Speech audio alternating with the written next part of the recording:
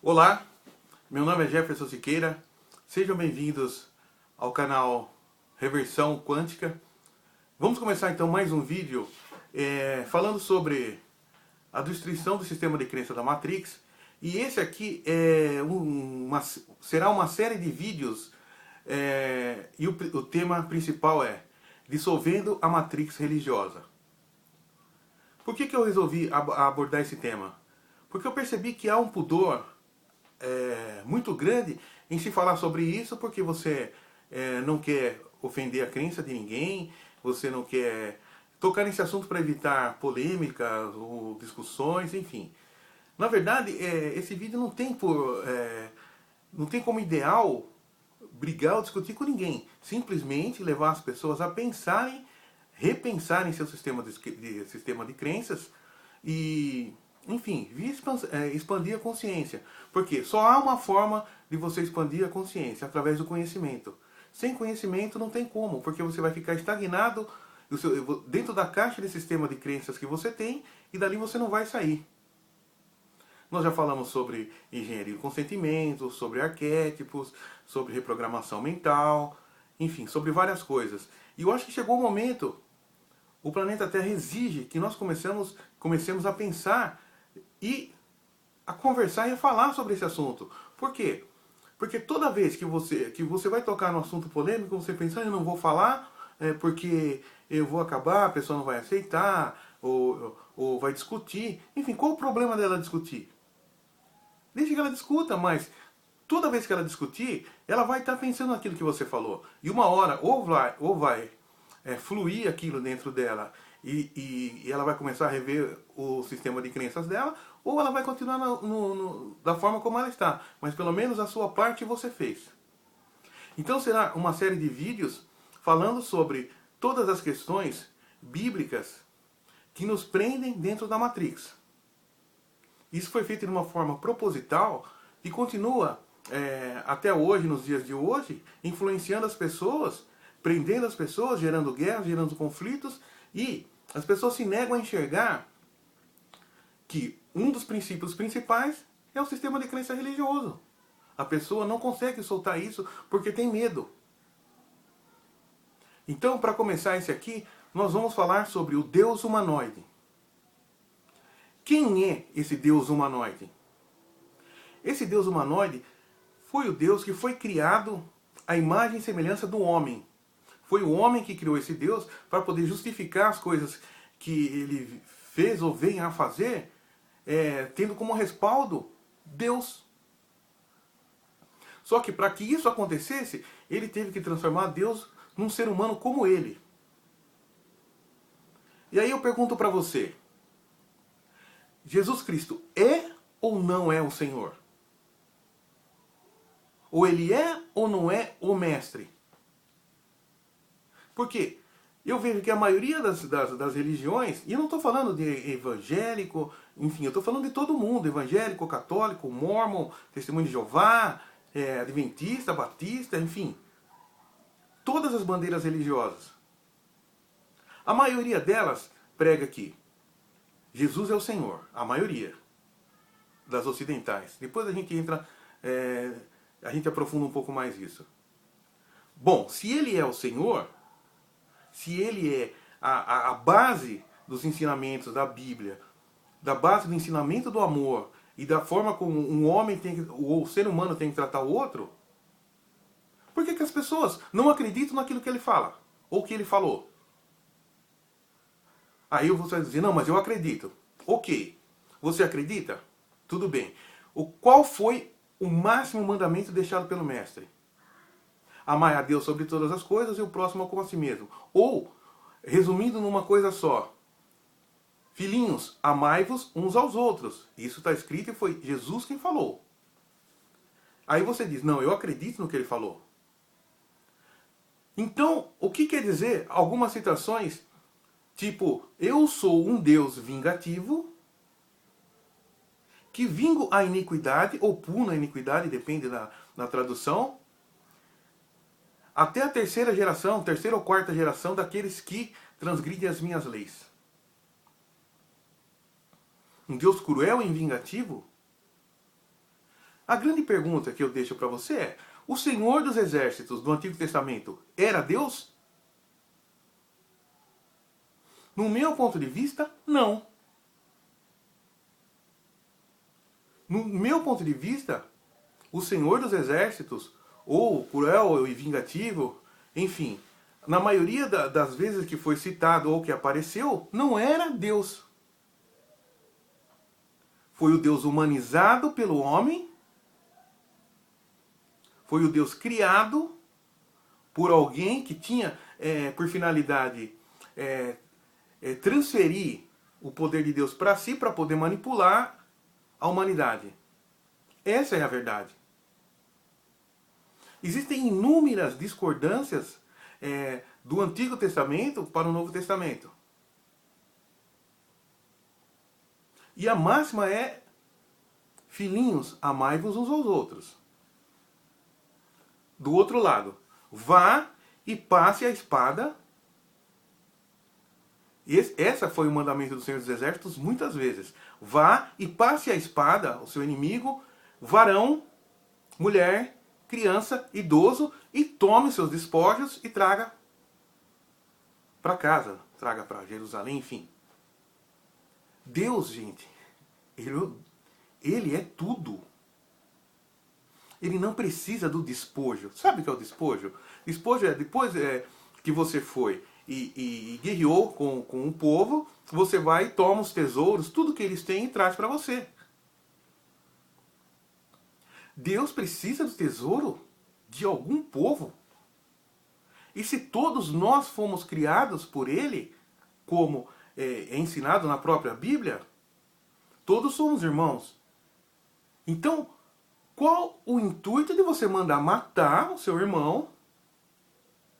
De você matar as mulheres, as crianças, os idosos e tirar os tesouros que ele tinha e trazer para si, saquear. Isso não pode ser Deus. Ou então alguém está mentindo. Ou o mestre Jesus mentiu, ou o Antigo Testamento tem algumas mentiras.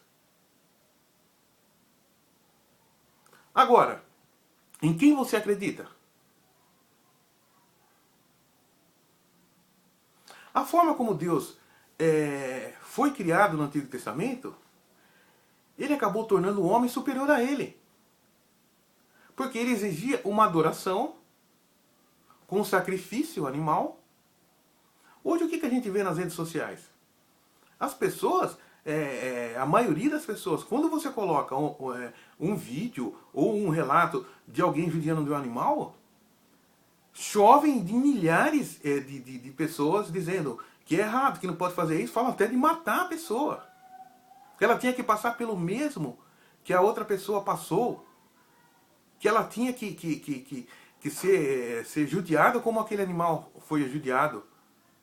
Peraí, então o homem tem mais amor do que o Senhor dos Exércitos tinha. Por quê? O homem tem amor. Hoje a gente vê isso bem explícito.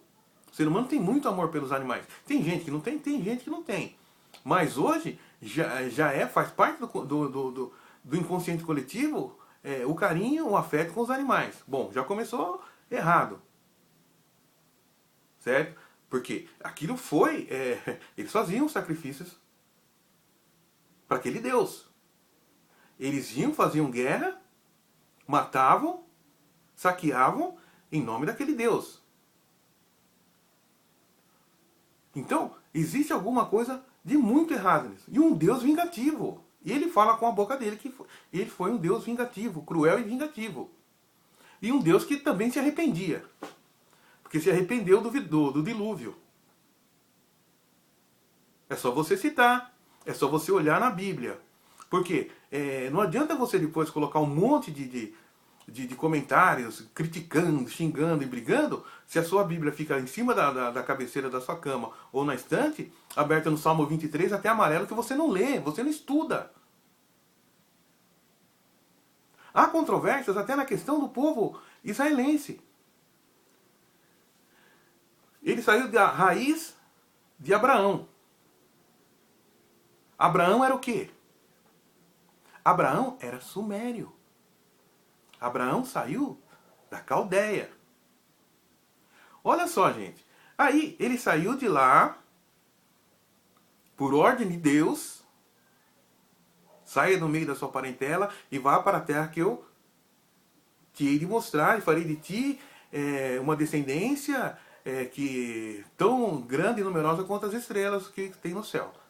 Mais ou menos assim, né? Bom, primeiro, ele não era israelense, ele era sumério, ele era caldeu. Aí ele saiu de lá e trouxe algumas pessoas com ele. E ele disse assim: Deus disse que nosso povo não habita em casas, que o nosso povo habita em tendas. Olha que interessante isso. Se eles saíram de uma outra terra, da Suméria, da Caldeia, eles não tinham terra. Eles não tinham onde ficar. Por isso é que eles guerreavam tanto. Porque eles chegavam no lugar, se estabeleciam, mas Abraão, ele usou uma estratégia. Ele falou: não construam casas. Deus não quer. Quer que nós habitemos em tendas. Então, eles eram um povo nômade.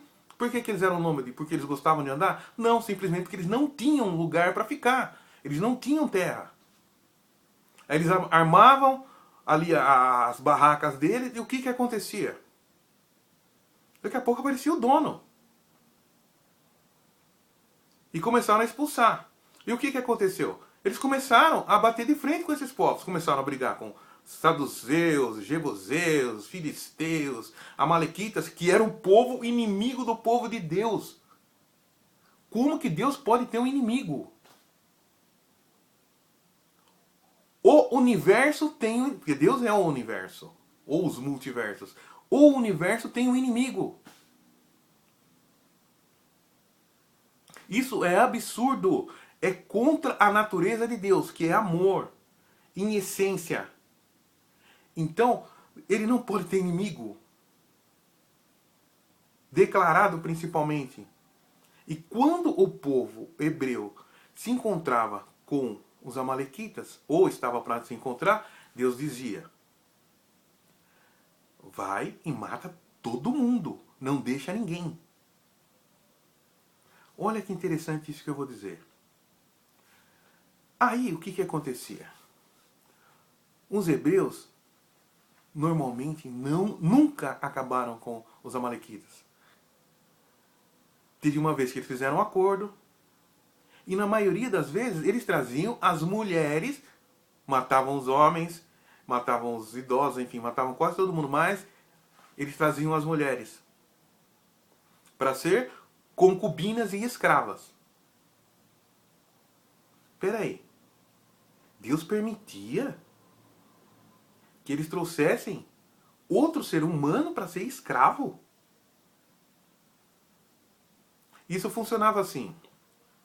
Quando eles iam lá, guerreavam, eu não me lembro o número mais ou menos, também não lembro se era a orelha, o dedo ou o prepúcio. Eu sei que eles tinham que trazer uma parte, algumas partes das pessoas, que eles matavam e falavam assim: eu matei X pessoas amalequitas, então tem direito a uma concubina. E trazia uma mulher. Vocês estão percebendo que tipo de Deus foi criado?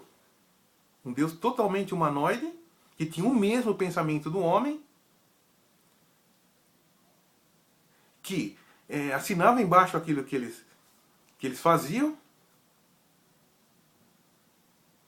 Agora vem uma pergunta: quem escreve a história? Quem escreve a história são os vitoriosos. E é lógico que eles tinham que arrumar uma forma de justificar as barbáries que eles faziam por uma terra que não era deles. Qual era a desculpa que eles arrumavam? Nós fizemos isso porque Deus mandou. E isso era passado pelo sacerdote e pelo rei ambicioso que queria as terras para toda a população. Então, todo mundo acreditava que aquilo estava sendo feito porque Deus mandou. Porque o sacerdote estava lá e falou. Aí já começou o conchavo da igreja com o poder. Então o sacerdote ia lá, Olha, Deus disse que vocês podem ir e pegar os amalequitas. Eu estou usando os amalequitas porque eles eram considerados inimigos do povo de Deus. Vocês podem pegar os amalequitas, Deus está dizendo, mata todos, não deixe sobrar ninguém e traga os despojos. Aí se justificava tudo aquilo que era feito numa guerra geográfica. Porque eles precisavam, porque uma hora você cansa de ficar andando, armando barraca. Desmonta a barraca, anda, monta a barraca, desmonta a barraca, vai para lá, vamos guerrear. O povo ficava cansado. E os guerreiros também, os soldados. Tanto que eles, quando eles voltavam, eles não vinham direto para a cidade. Eles ficavam num período fora da cidade, por quê? Porque muitos deles estavam em processo depressivo. Por quê? Você sabe como que... Hoje a guerra é bem diferente. Você mata a pessoa à distância. Com bombas, com morteiros, com metralhador, enfim. Você está mais ou menos uma distância do inimigo. Naquele tempo não, era com espada. Então você estava no combate direto, você estava enfiando espada na pessoa, cortando cabeça, enfim, matando as pessoas numa distância bem pequena, a sangue frio, e você sentia aquela energia da pessoa se esvaindo. Então imagina como que essa pessoa, esse soldado, ele não ficava. Então para o próprio soldado ele tinha que ter uma justificativa. Qual era? Deus mandou. E isso vem acontecendo até hoje. Sempre aconteceu. As guerras, na sua grande maioria, aconteceram por quê? Por questões de poder, por questões geográficas, e sempre aconteceram. E hoje a gente vê gente explodindo, jogando caminhão em cima das pessoas, ou se maltratando, como a gente vê de denominação para denominação, em nome do quê? Daquele Deus humanoide, daquele Deus criado. Então é fácil refletir nisso. É fácil enxergar, é simplesmente você ler que, vamos dizer, 60% do Antigo Testamento só fala de guerra e idolatra os reis e os sacerdotes. E justifica-se com Deus permitiu, Deus mandou, foi a vontade de Deus. Mas não pode ser, porque é totalmente contrário à natureza dele. Deus é amor. Não cabe outra coisa. Então, tudo isso que é relatado, que foi relatado na Bíblia, tanto as incoerências de Deus, desse Deus, fique bem claro, porque o todo é o todo. Ele é totalmente diferente.